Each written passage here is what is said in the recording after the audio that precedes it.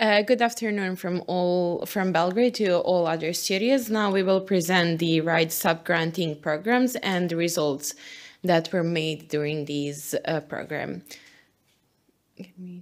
Okay. First, we have a regional youth dialogue for Europe, sub-granting from program from CSOs and regional informal groups. The sub-granting program within the project Regional Youth Dialogue for Europe, supported by the European Union with a total budget of 280,000 euros allocated for both programs. We have 19 initiatives that were supported and 47 cities and municipalities in 5 Western Balkan countries where the activities were carried out. We have a youth fund for local youth initiatives. That was the first program that was funded from European Union. We had the main objective that was improvement and development of participatory youth policies in the Western Balkan communities through support to youth initiatives, fostering active citizenships and participation of young people in monitoring reforms and policies impacting youth in the region. A total allocation for this was 250,000 euros, and financial support was provided to 9 civil society organizations, youth organizations, and women organizations in Albania, Bosnia and Herzegovina, Kosovo, North Macedonia, and Serbia. We have 9 organizations supported under Youth Fund. First one was Beyond Barriers Association, Tirana, Albania. Project name was Voice and Impact, Empowering Youth Councils for Community Change. Second was BFP, Foundation for Responsible Society, that were allocated in Belgrade, Serbia, and their project was Empowering Youth to Advocate for a Green Future. We have new social initiatives from Kosovska Mitrovica, Kosovo, with their project Future Bridges, Empowering Youth for Kosovo-Serbian Dialogue. Albania Institute for International Studies in cooperation with European Movement Serbia, with their project European Academy, Fostering Peace and Integration through Youth Engagement. Also, we had Bosnian, I would like to be in the EU, but it sounds so much better in Bosnian. It's like Ja bih u EU. In cooperation with Media Center Sarajevo, Bosnia and Herzegovina, and their project name was Youth Media Network for Reforms. We have also a union of secondary school students of Serbia, UNSS, that were located in Belgrade, Serbia, with their project School Student Lab, SSL, enhancing youth activism at local and national level. LEAD, Association Leaders for Education, Activism and Development from Skopje, North Macedonia, with their project LEAP, Local Engagement, Activism and Participation. We also have RYDE, Progressive Reinforcement of Organizations and Individuals from Sarajevo, Bosnia and Herzegovina, with their project Youth Action for EU Integration, advocating the Youth Guarantee Implementation Plan. Women's Association of Kolubara Region, Lazarevac, Serbia. They had their project name was Increasing Political Participation of Young Women. Then we have Active Achievement Funds for Regional Informal Group. Main objective was to strengthen informal groups in the Western Balkans by providing financial support for their initiatives that aimed to increase youth activism in their communities and participation in structured dialogue with decision makers on public policies relevant to youth. Also to advocate for the adoption of European values and the strengthening of democratic and responsible institutions. And also to promote regional cooperation and political, economic and social benefits of EU integration for the Western Balkan countries. They had a total of 30,000 euros for 10 different regional informal groups that were supported. Main requirement was that the regional group was consisted of 5 young people that were from 16 to 30 years of age, from at least 3 countries from 5 Western Balkan countries, where the RYDE project was implemented. So it was Albania, Bosnia and Herzegovina, Kosovo, North Macedonia, and Serbia. The support was provided through direct payments conducted by RYDE partner organizations, which executed payments for costs incurred by the informal groups. We had 10 different informal groups. The first one was in 2024. The first five groups were the Diversity Youth, with their project name Building Youth Policies of Young People from Single-Parent and One-Parent Families in North Macedonia, Serbia, and Bosnia and Herzegovina. The second group was organized group STAV, with their project Western Balkan Student Mobilization and Advocacy Network, Western Balkan STAV. Informal group Generations United Initiative, with their project Promotion of Dialogue Between Generations in the Western Balkans. And also the informal group Artvist Voices with their project Empower Art Balkans. Informal group Fighters for Improving the Conditions of Student Accommodation, Facilities and Other Rights, with their project Students from the Western Balkan in a Battle for European Living Conditions. The other five were from 2025 RYDE year, and with the informal groups being United for Property Justice, Property Rights Beyond Tradition, Her Land, Her Voice, GenWB, the Generation Western Balkan, was Plan B, Plan Balkan, Youth for Reform. The other informal group was Youth Pulse Network, Youth Pulse Health Talks Forum, informal group Balkanians, so I Can, Opportunity Ride, Riders, informal group Red Lines Breaking the Lines of Menstrual Stigma and Silence. The key results. So RYDE Sum Granting Program, and what were our key results and what we have achieved were enhanced regional cooperation and mutual understanding among young people across the Western Balkan. Also, we strengthened the capacity of over 1,000 youth and CSOs representatives in evidence-based policymaking, advocacy, leadership, communication, intercultural dialogue, media literacy, environmental protection, women's political participation. We improved structured dialogue between youth, civil society, and policymakers through engagements involving more than 550 representatives of youth, CSOs, and public institutions. We also increased awareness of key issues for young people and societies in the region, including youth participation, the benefits of the EU integration process, gender equality, tolerant political culture, and reconciliation, sustainability, inclusion. We developed more than 160 policy recommendations to improve youth position and policies in areas such as participation, sexual and reproductive health, education, employment, media literacy, digital safety, housing, women inheritance rights, and environmental protection and regional cooperation. The next presenter for their key from informal group is going to be Jelena Ružić from Women's Association of Kolubara region from Serbia. Ja ću pričati na srpskom jeziku, tako da mislim da je sad sjajan moment da iskoristi opremu onaj kome treba.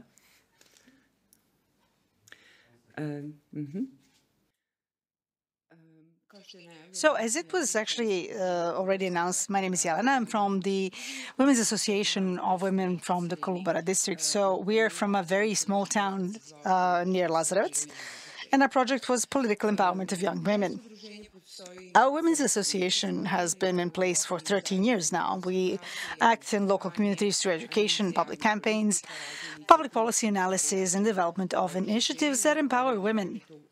And in addition to this general group of women, we mostly focus on women in rural areas and women of diverse ages. Why did we launch this project?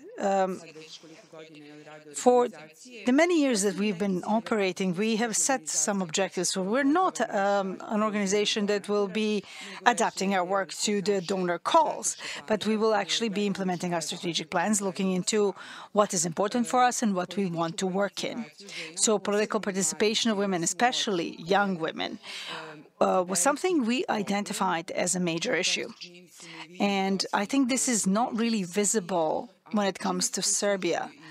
I think it's similar in the countries in the region. Young women, especially women from these smaller communities, are not visible enough both to decision makers but also to the entire society. They don't see them as important stakeholders that should be taking part in identifying issues, but then also resolving issues and creating some solutions for these problems. What we're frequently facing in Serbia is perhaps the indicator of how the youth is getting further and further away from policies, not because they don't have an opinion, but because they don't have an entryway into politics. And they're often on the other side of the conflict. They're not with the decision makers. They find themselves opposite to them, not because they don't have a position, but because they were insofar seen as a target audience that's not interesting. And it was actually very difficult for them to achieve the status of a stakeholder. So it was our objective to empower young women through this program so that they can get certain skills and knowledge, so that they can network with mentors, and so that they can design and implement local initiatives that will be addressing important problems for young women within this community, and will also be inviting other young women and women of all ages to join them in the work of these groups. So what were our target audiences? First of all, it was young women who wanted to participate, but they did not have the opportunity. High school students that were just entering this world of decisions and responsibilities, young women from smaller municipalities and rural environments who are usually kept outside of any processes, and communities, schools, and local institutions that shape the environment in which young women live and make their decisions. So in this first round, we talked to schools, and this was in October last year, prior to the beginning of the student protests and blockades. So we organized info session in 6 local communities where we informed young women about what we would be working on in the upcoming period. After that, we had trainings in these local communities, and we opened a call for mentors, women mentors. What was our objective? Through different analyses that we conducted in Serbia, it became clear that young women and women in general are lacking support from other women to enter not just the social activities, but also business activities. And what was very interesting, if you would ask them why, that's something that you can also see in the analysis. Women would say, you know, men have a lot more time. We have this non-paid labor that we have to do in caretaking and in our homes. And, you know, a man goes to a pub after work and they sit down and they can arrange some business. And for us, this is a closed environment, and we are exempt from this. We are lacking networking, we are lacking support to each other, and even if there are some different trainings, they're very rarely accessible to us, both because of our unpaid female labor within households, but for other reasons as well. So we need more networking. Another objective of our work was the campaign. So feminist historian Lydia Sklevitsky, when she was researching the anti-fascist front of women and criticizing the patriarchy in the 70s and 80s, she showed that in the Yugoslavian history books, it was actually mentioning horses more than women. So today, in the textbook for natural sciences, only mentions one woman, Desanka Maksović, a famous Serbian poet, and 29 men. So we wanted to implement a campaign that would focus on the historically significant women, whose actions over the centuries before changed the position of women, and to somehow show young women that this is just not the fight that we are fighting now, but that we are standing on the shoulders of mountains of women who are working on this. Through this campaign, I don't know how much time do I have? I should be brief. Okay. So we were mentioning Katarina Milovic. She was one of the key women. It was in 1844. She opened the first schools and she got educated herself, and she was looking for voting rights. We mentioned Matea, who she was deleted from the army encyclopedias because those who were writing the data, they thought that woman could not be a pilot, so she was written down as a Marian, which is a male name, and many other fantastic women in the past. We also had mentoring activities, and these wonderful women were mentors. Georgia is with us today. She was implementing this initiative that is shown here in the picture to increase visibility of the importance of preventative examinations in women's health. And finally, why is all of this important? I want to repeat that policies are still being created without those that are affected by them the most. If we are not visible in the decision-making processes, then in the long term, we form a resistance to them, where we form rage, and this results in what we can see today in the streets of Serbia. Our next presenter is Alba Cela from Albania, Institute for International Studies in Tirana. Thank you. Oh, we can't hear you. Opportunity to share our projects with partners, peers, and also stakeholders. As it was already mentioned in your list, our project was conducted in cooperation with a partner, our long-time standing partner in Belgrade European Movement in Serbia, and it's entitled European Academy, Fostering Peace and Integration Through Youth Engagement. Actually, this is a project that has a history. It was first launched in 2016, and since then, different donors have stepped up to support it, and we were very happy that the program RYDE and the local youth fund for the initiatives were the supporters behind it in 2024. This project, through the beginning and even in the edition last year, had one objective: to bring the young people together to foster reconciliation, European integration, and above all, overcome prejudice.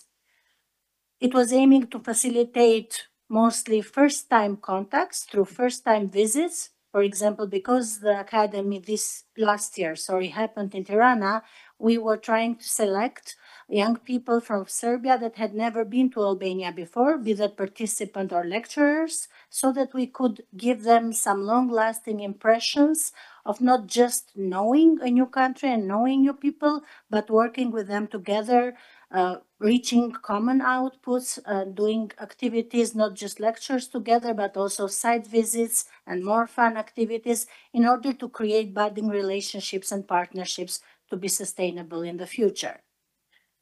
Some of the highlights: we had 4 days full of laughing and jokes, but also trying to focus in our lectures and presentations and activities on what I have highlighted as EU values. All of our presentations, be them from local speakers or international ones, try to focus on how we can leverage EU values for the joint process of European integration and engage youth.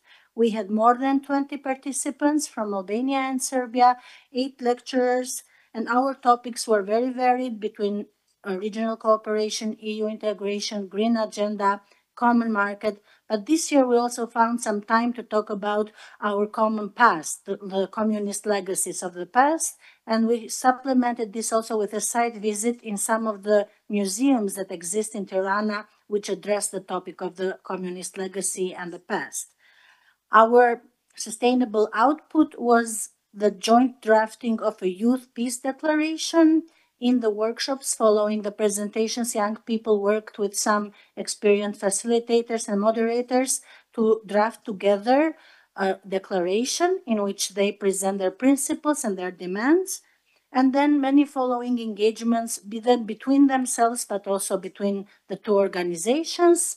I've tried to put some photos just to showcase the friendly atmosphere that the activities were carried out under, and also showcase that we had two ambassadors that contributed in the activities. The activity itself was opened by the head of EU delegation in Albania, Ambassador Gonzato, but also the ambassador of Spain spoke on transatlantic relations as one important element of foreign policy in the Balkans.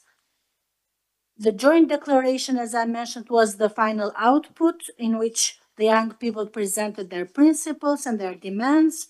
And the spirit of the declaration was to remember the past, to acknowledge it, but to not live in it. So to overcome the conflict and to build the future. We were happy with the media outreach that this project received, in addition to what we do as organizations, both our partners in social media. We were covered also by the national broadcaster in Albania in a lengthy interview, exactly because they were attracted by the concept of the youth declaration. And as a final word, I'd like to repeat the gratitude for the project, because to be fair, such opportunities we observe that are shrinking. So programs like this that give an opportunity to organizations to work together and include youth actively in the process of EU integration are very much welcome. That's why we're just looking forward to the next joint activity. Thank you. Thank you, Alba, so much. Our next presenter is going to be Joana Rista from Beyond Barriers Association from Albania. Thank you. Hello, everyone. Thank you for the introduction and thank you for the invitation and giving the space to present the results of the project that we implemented. The title of the project is Voice and Impact, Empowering Youth Council for Community Change. And of course, the project was implemented through the RYDE project, Regional Youth Dialogue for Europe. And let's say the overall aim of the project was to empower young people and to ensure for them to have an active participation and meaningful participation in local government. It specifically focused on empowering the youth councils members in 4 municipalities in Albania, in Erseca, Gjirokastra, Saranda, and Tepelena.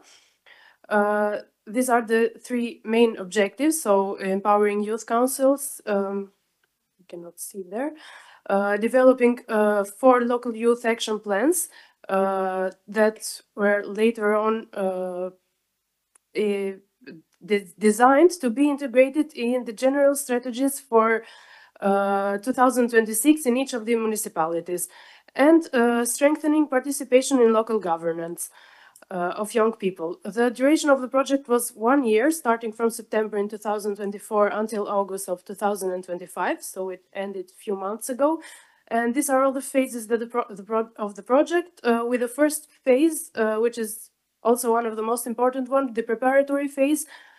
We had meetings with representatives of each of the municipalities and signed memorandums of understandings with the mayors of these municipalities. And this set the foundation for further, easier implementation of this project. And then to skim briefly through the activities, several activities were conducted during the project. Their capacity building activities were leadership training, advocacy training, and Activate Bootcamp. The aim of these trainings was to raise capacities of these young people and the youth councils that took part in the trainings, raising their capacities and their leadership and advocacy skills, building confidence of these young people to advocate and for them to serve as change makers in their communities.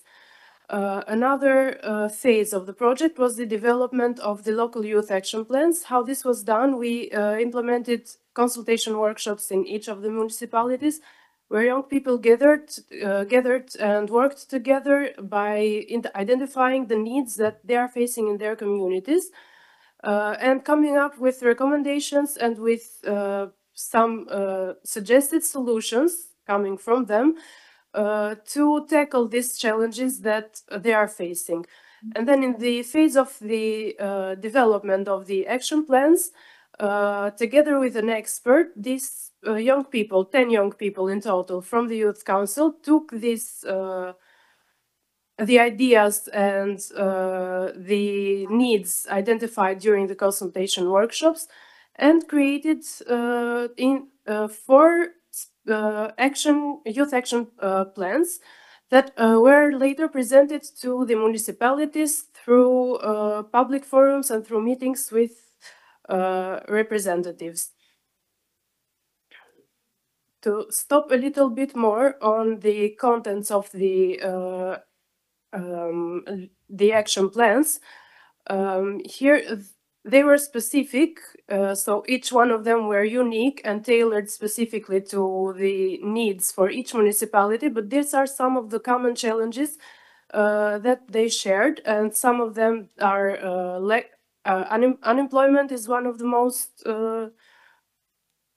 like shared and common, lack of services regarding mental health, difficulties in transportation, public transportation for students. And so for each of the needs and each of the challenges faced, there were solutions proposed and then integrated into these action plans. We are now still in contact with each of the municipalities in order to have an official answer and a timeline of when they plan to integrate these action plans into their strategic strategies for 2006. So hopefully very soon this will happen. And yes, this were like overall the results of our project. Thank you so much, Joana. Our next presenter is Aleksandar Šljuka from New Social Initiatives from Kosovo. He is here in Belgrade studio with us.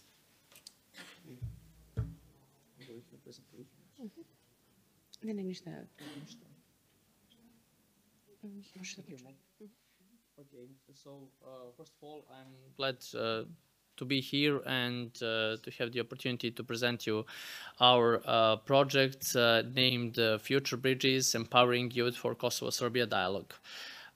So a bit about the name, why we chose the name Future Bridges, because of three simple beliefs that you can see here on the screen.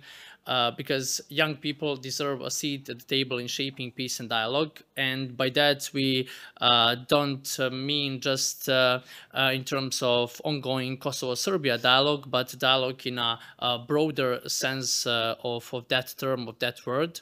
Also because the Kosovo-Serbia story is too important to be left only to politicians. And what we are witnessing for quite some time now, is that it is kind of captured by politicians speaking both of, let's say, track 1 or track 2 dialogue. We don't see many of other actors besides politicians and the dialogue being kind of conducted on a high level between 2 people or let's say 4 people at most if we are speaking about the chief negotiators. So we wanted to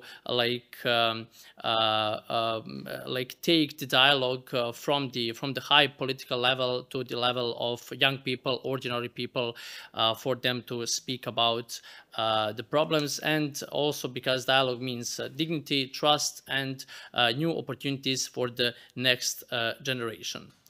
When we are talking about the key activities, they were designed in terms of providing the space for young people to gather, to get to know each other.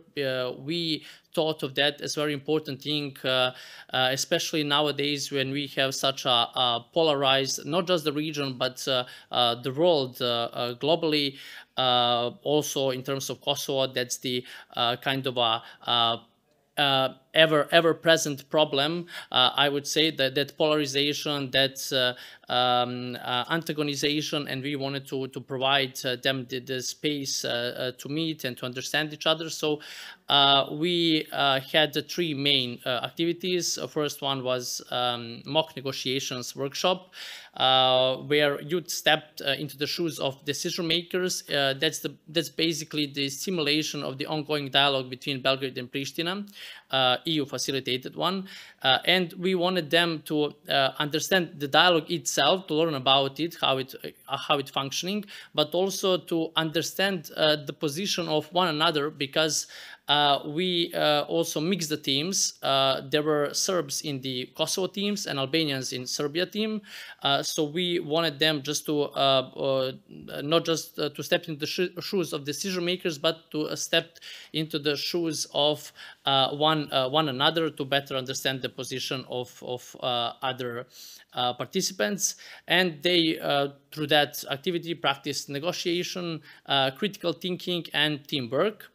Next one was youth task group, or youth task groups, because it was two of them.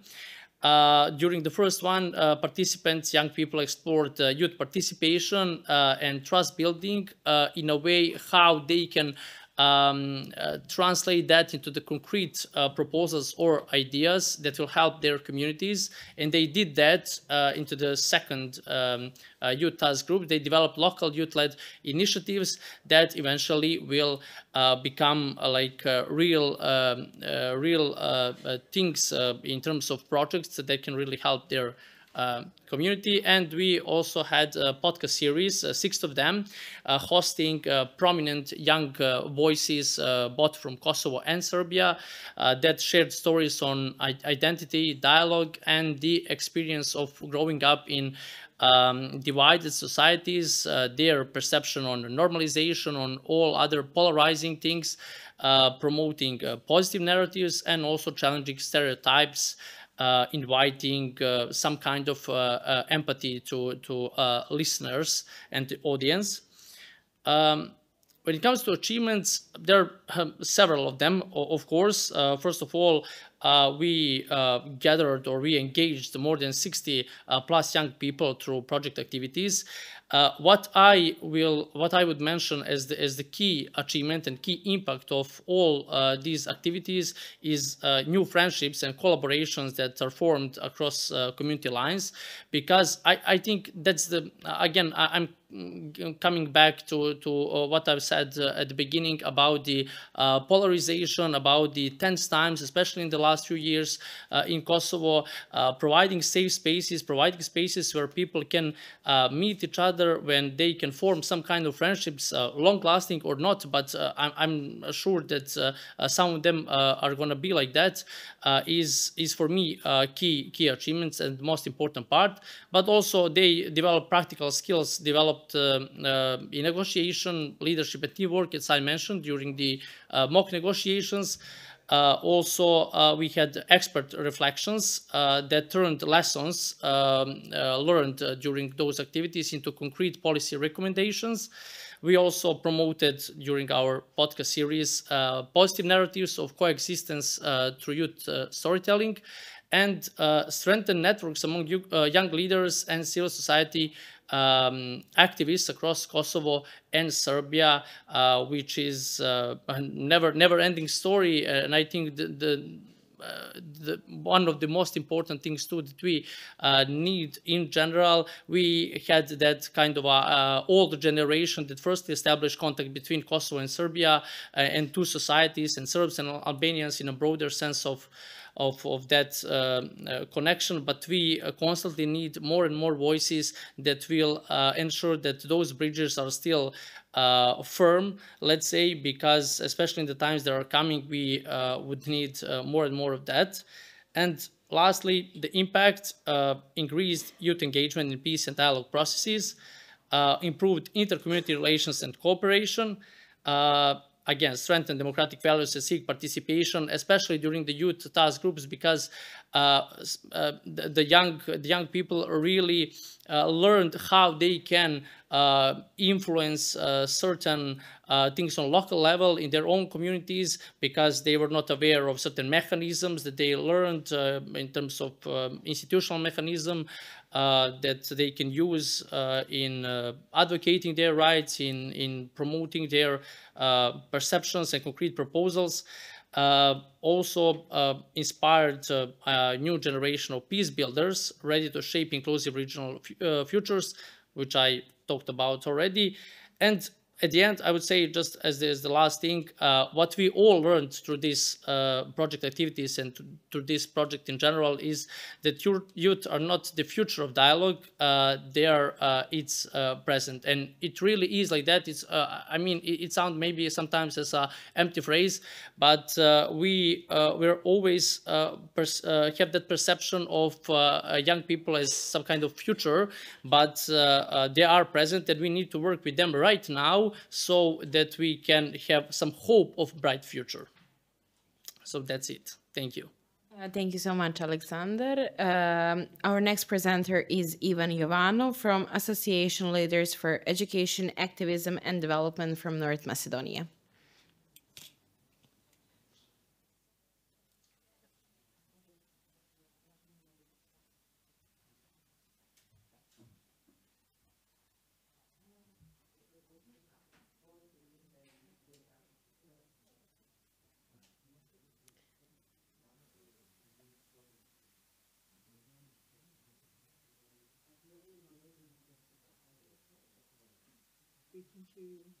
North Macedonia, sorry, we can't hear you if you're talking to us. Skopje, you're muted. Okay, Skopje. Oh, amazing. Yeah, we can hear you. Okay, Skopje is back. Yes, so I was just starting with the presentation. Yeah, so what we focused on in the project was the lack of political participation among young people in North Macedonia, and the lack of knowledge about the political processes, both in terms of local political processes and national political processes. What we tend to do as an organization is using gamified methods through our projects, and so we did now. Why? Because humans learn most through games. Kids practice that all the time. We as adults forget about this, but generally it's our most natural way of learning. So what we did an online game which we called Gradonačelnik, or Mayor, which players acted as mayors, and they were faced with scenarios of local problems and how they would solve. And they were presented with 150 real scenarios, which we developed, which were based from real life. So, for example, if you had to choose a tender company, would you choose a tender which is close to the party, a tender which is independent, or a tender, I don't know, which is a third option? And for each answer, they would give positive or negative points for reputation, and their reputation will rise. So if they favor the party, their reputation would rise to the party. If they favor the civic, then the citizen support will rise, and vice versa. And the goal is not to lose beyond 20% support. And when they fail below 20, they lose the game. And the game was developed into 4 years of being in power as mayor. So it's a real case scenario of how you would be a mayor, and teaching you how to play good and govern in a good manner, unlike what we see here in our countries. Yeah, we also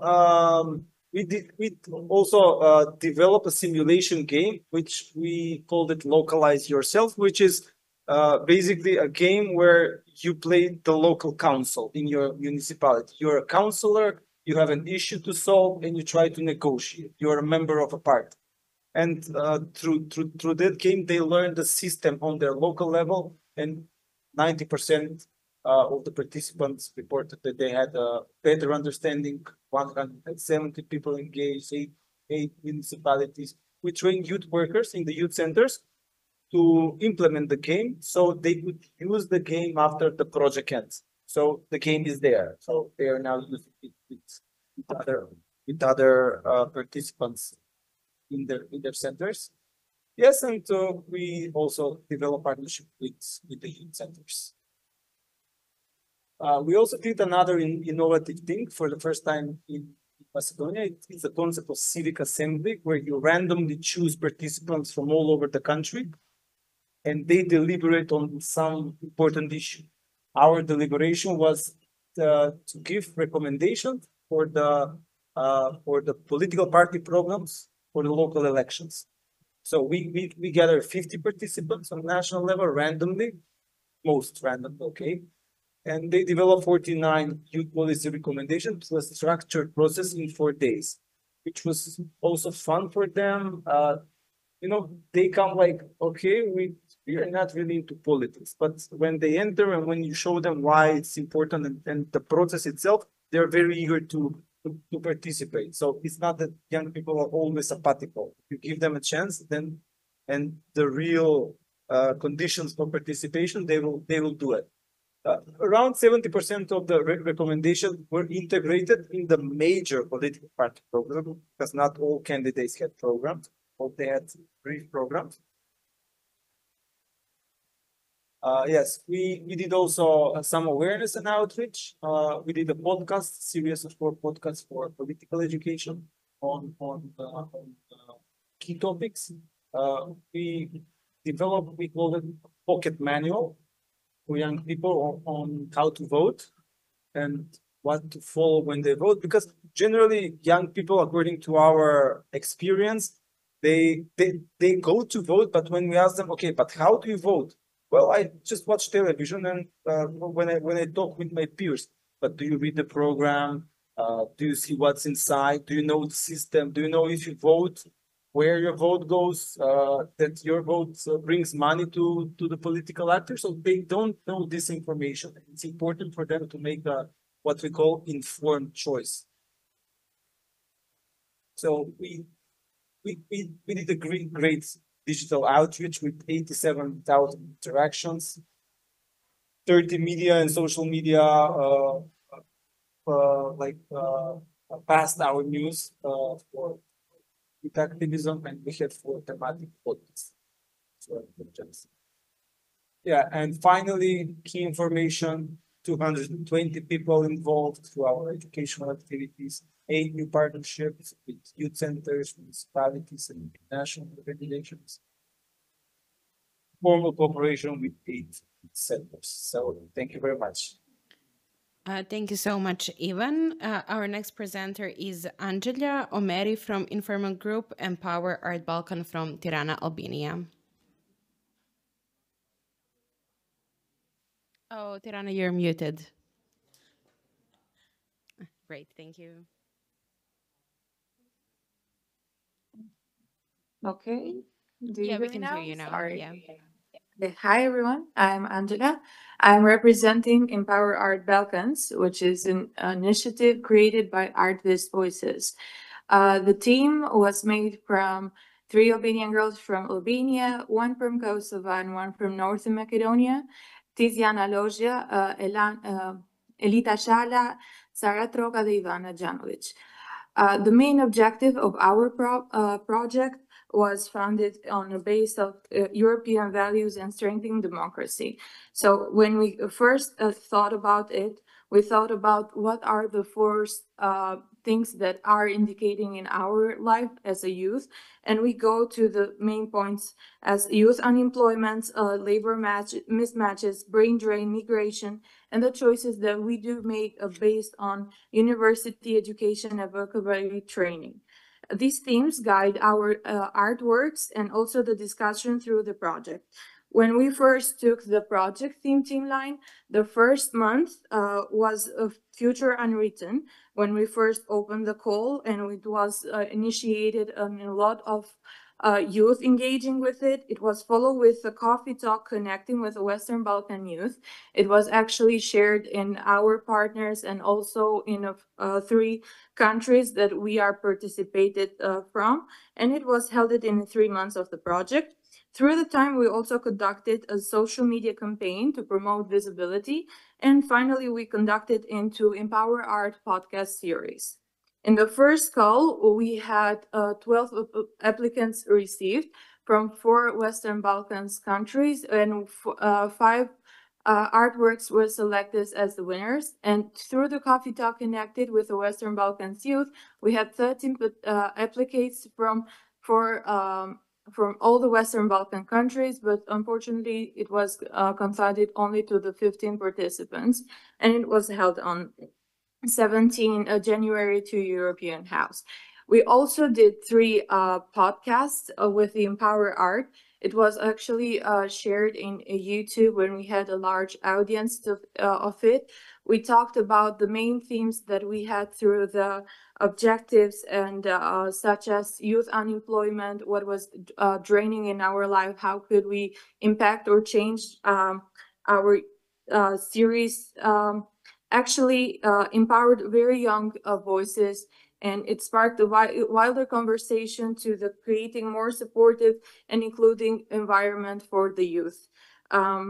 These are the 5 last artworks, and the winners are in it. I hope I could have the video showing where the videos explained each of the artists, why the drawing is perceptive to that. One of those is a girl graduating. It has no employment, no job, no future, but it has a degree and nowhere going with it. The brain of Albania leaving to the Germany concluded the statistics to 2021. We all know what happened in that year. And also some of the insights we had in our social engagement. We started our social medias with 0, and as you can see, we had the larger audience reach in the first month, and the project had very larger impact to our friends firstly shared, and then as you can see into the results getting from the Matea, we had a very social shared from Albania, Kosovo, Germany, and also some other countries. Some other insights, the post, and thank you. It was supposed to have the final video of the event, but I don't know if they can provide it from it. Thank you. All right, thank you. Thank you so much. Our next presenter is Mihailo Mitic from Informal Group Opportunity Riders from, he's going to be through Zoom meeting.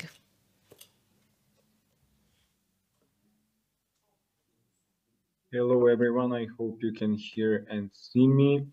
I will thank you. Share my screen. Can you hear me? Yes, yeah, we can. Can you see the presentation? Yes. Okay, my name is Mihailo Mitic, and I'm representative of Opportunity Riders Informal Regional Group of Youth. I'm from Bela Palanka, from Serbia, and the other informal group members are also from Bela Palanka, but also from North Macedonia, from Stip, and from Bosnia and Herzegovina, from Foča.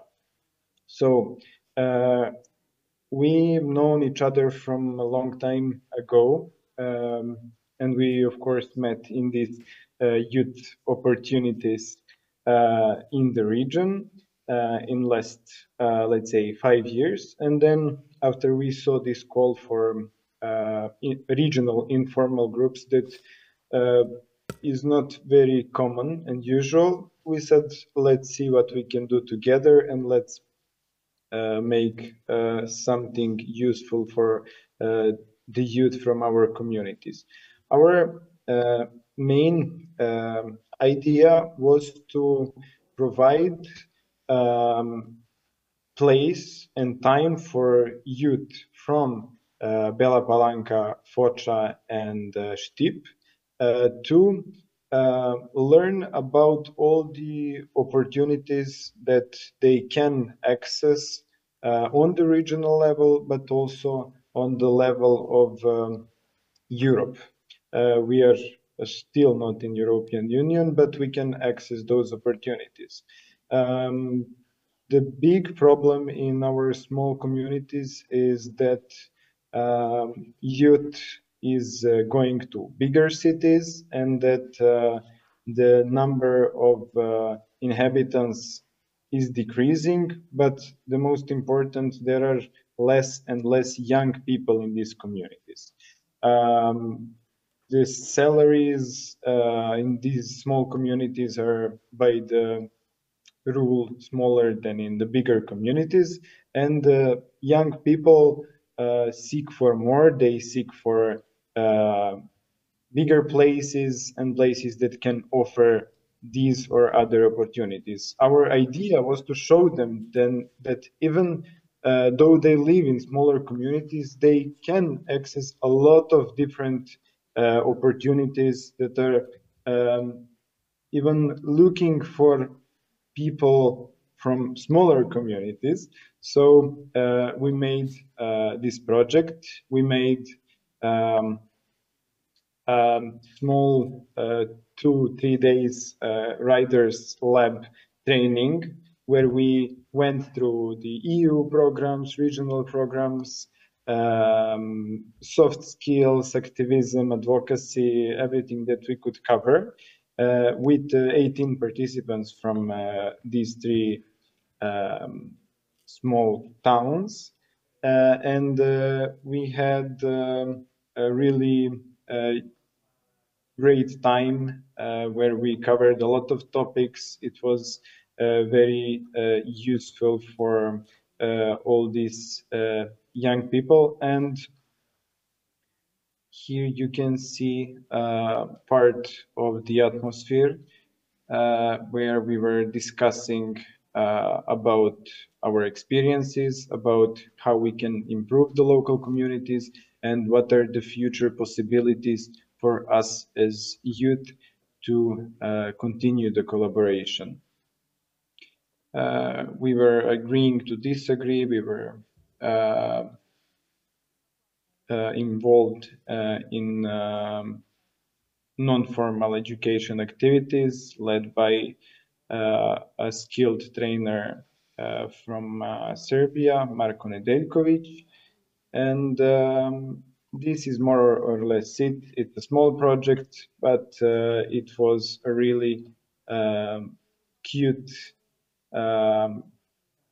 place to network and to plan the future activities that we'll organize together. Thank you. Thank you, Mihaela, so much. And our last but not least presenter for today is Staniša Stankovik. He is from 2 informal groups. He will represent them both, the Diversity Youth and from Gen Western Balkan.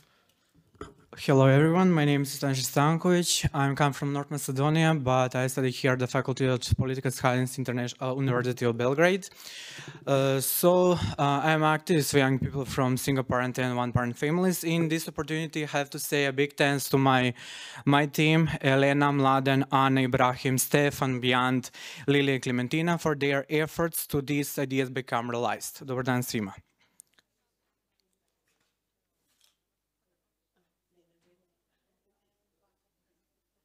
So you can scan this code because analysis translates into English, Serbian, and Macedonian. It is for easy to understand why I will talk about. In recent years, these young people from single-parent and one-parent families often struggle with financial difficulties, social exclusion, and limited access to services, which can affect young people's education and overall well-being. Although youth policy exists, they often focus the special needs of this group. That's why researchers focus on analyzing how current youth policy responds to these challenges and what improvements can be made to ensure more equal opportunities. The study focused on key aspects such as legal definition, available benefits, education and employment support, and the degree of the policy centralization in each country. By comparing these elements, the research identifies both gaps and strengths in existing systems and provides recommendations for improving institutional support in social inclusion. So, North Macedonia, dobar den, Skopje. According to 2021 census, there are around 35,000 families as a single parents. The country's social protection law recognizes single parents and provides certain benefits, such as child loans and educational support. However, one-parent families, for example, those with divorced and unmarried parents, are not legally defined, which means many children in this family are excluded from support programs. In Serbia, the constitution briefly mentions single parents, recognizing that they and their children deserve special legal protection. However, the term single parent isn't clearly defined, and specific are left to legislation. According to the law of financial support for families with the children, one-parent families, one where only parents have parental rights. It means with other parents are unable to provide support through legal steps. In practice, this means Serbia law provides both legal recognition and financial support for single parents, but clear definition and protection are important to ensure every child, every parent is supported. Dobar dan, Sarajevo. Bosnia and Herzegovina has around 16% of families are single-parent household. Bosnia and Herzegovina, unfortunately, doesn't have a unified or national family law, so family matters are regulated separately by each entity in Federation Bosnia and Herzegovina and Republika Srpska. But imagine, the best definition in Bosnia and Herzegovina has Brčko district. The definition is broader, including cases where the other parent is unrecognized, absent for 6 months, deceased, or deprived of parental rights. North Macedonia, Serbia, and Bosnia and Herzegovina each have unequal approaches to supporting single parents and one-parent families. North Macedonia stand out with cohesive legal framework. Serbia also has a centralized legislative system, but Bosnia and Herzegovina faces challenges due to its centralized governance. Overall, North Macedonia provides a model for integrated support. Serbia offers a stable legislative base with the room for targets improvements. Bosnia and Herzegovina shows the potential for localized success despite fragmentation. By learning from each other, Bosnia and Herzegovina, Serbia, and Macedonia, all these three countries could develop more inclusive and effective support systems for single parents and one-parent families. Because we have 2 projects, unfortunately, we don't have QR code for the second one because it will publish so soon. This is something that is very popular now between Western Balkans countries. So today I will present a project that explores how EU group plans for the Western Balkans impacts young people in Macedonia, Serbia, and Albania, so Merdita Tirana. The growth plan provides financial support and access to part of EU single markets, but only in exchange for concrete reforms, many of which directly affect youth. Young people in Western Balkans face similar structural challenges: high unemployment and underemployment, limited digital and green skills, low civic participation, and continuing trend of brain drain. Education systems are not in the same line with the labor market needs, and opportunities are in some competition between urban and rural areas. The aim of the project is to understand how these reforms influence youth, what opportunities are created, and where the gaps remain. By comparing the 3 countries, we develop views and recommendations that can help make the growth plan more youth-centered, inclusive, and effective. Our analyses show both similarities and differences across the countries. North Macedonia focuses strongly on public administration reform and digital government services. Serbia is implementing the youth guarantee and investing in green industrial project. Albania is moving quickly in digitalization. You know, AI ministry and her pregnancy, congrats Albania, and energy infrastructures. Despite the difference, all 3 countries struggle with employment, needs rates, and migration pressures. The growth plans creates more opportunity for young people access to your programs, scholarship, mobility, startup funding, training in digital and green skills. But so important here is the SEPA. SEPA give us more equal, financial equal inclusion, make it easier for young people from Western Balkans to study, work, and receive payments across Europe. To ensure young people fully benefit from the growth plan, reform must be better connected to real labor market needs. Youth should be included in decision-making and monitoring reform implementation. Governments should take a stronger measure to reduce brain drain and support local entrepreneurship. And finally, inclusion of rural, marginalized, vulnerable youth is essential for truly equitable reform outcome and results. So, where is your money? Thank you so much, Staniša. So I would like to say some words to my dear colleagues. So dear colleagues, I would like to once again express my sincere gratitude to all participants who joined us today, both from our studios and via Zoom. Looking back at everything we heard through the day, it is clear that young people across the region face very similar challenges and obstacles. It has been repeatedly emphasized that there are far more things that unite people in the region than those that divide them. From this shared experience comes one of our key conclusions. We need to work together to improve the mechanism that enables greater youth participation in decision-making. We should place particular emphasis on monitoring the implementation of public policies, even when those policies are well written on paper, because real change happens only through proper implementation. I would also like to announce the 3 panels scheduled for tomorrow as outlined in the agenda, and remind you that the same link used today will be valid for tomorrow's program as well. Thank you once again for your participation and contribution. We look forward to seeing you tomorrow. Goodbye.